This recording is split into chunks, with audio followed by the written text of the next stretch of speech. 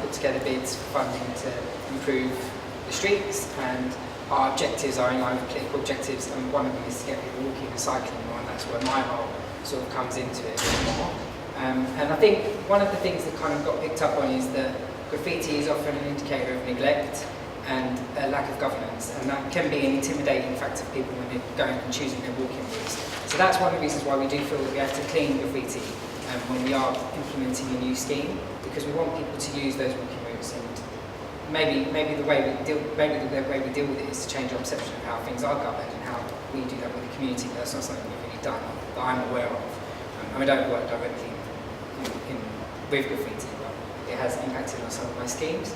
So one of the schemes I was going to talk about is Camden Street, which is actually not that far from here, and it's kind of comes off of Agar Road and comes into the King's Cross site. But when we were working in the area, it was before sort of the Argent development really took off, and it was closed, like you couldn't really get through. There was a staircase, and it was quite neglected. And there was a really long wall, and it was completely covered in graffiti.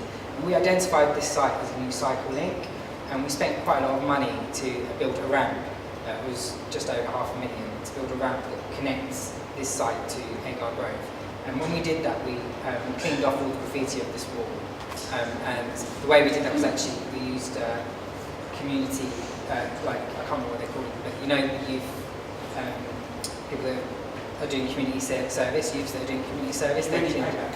Yeah, community payback scheme is exactly what it is. They cleaned it for us, and we invested extra money to put a coating on the wall, because we had the tactics that you would have done, which is to hit it repetitively over a few months to try and reduce the graffiti. But what we found was after we'd actually improved the area, improved the lighting, made the area feel more secure and safe, and that it was a governed space, the graffiti didn't actually come back, so we didn't really need to do the cleaning. I'm not sure if it might have come back now, because I haven't been down there for a few years, but that was seemed to have worked. So I think that part of that is perception, but also I think there's another side to it, which can be what makes an area vulnerable to graffiti in the first place. So if people respect the area, maybe they're less likely to graffiti it. But also I've noticed that where we've worked with kids, like where kids have put kids' collages up and stuff, those seem to be respected as well. And when it is things on hoardings as well, where it is by an artist and it's signed, and it's an obvious thing where the council, promoting art, those also seem to be less likely to tag. So another scheme I did, which was quite a few years ago, was where we actually wanted to design a play and seating area outside of school, where there was a lot of graffiti and high crime in the area anyway. But what we did was we went into the school and we got the kids to design the area for us, and then we actually got them down there when we were building it. We got them to lay the bricks. Obviously, we put the bricks back in ourselves afterwards, probably, but we made them feel part of the area and give them that kind of civic responsibility, fostering civic pride in the area that you live in.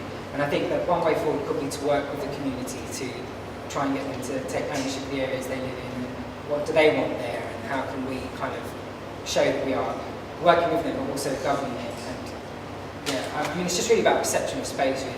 I just wanted to make that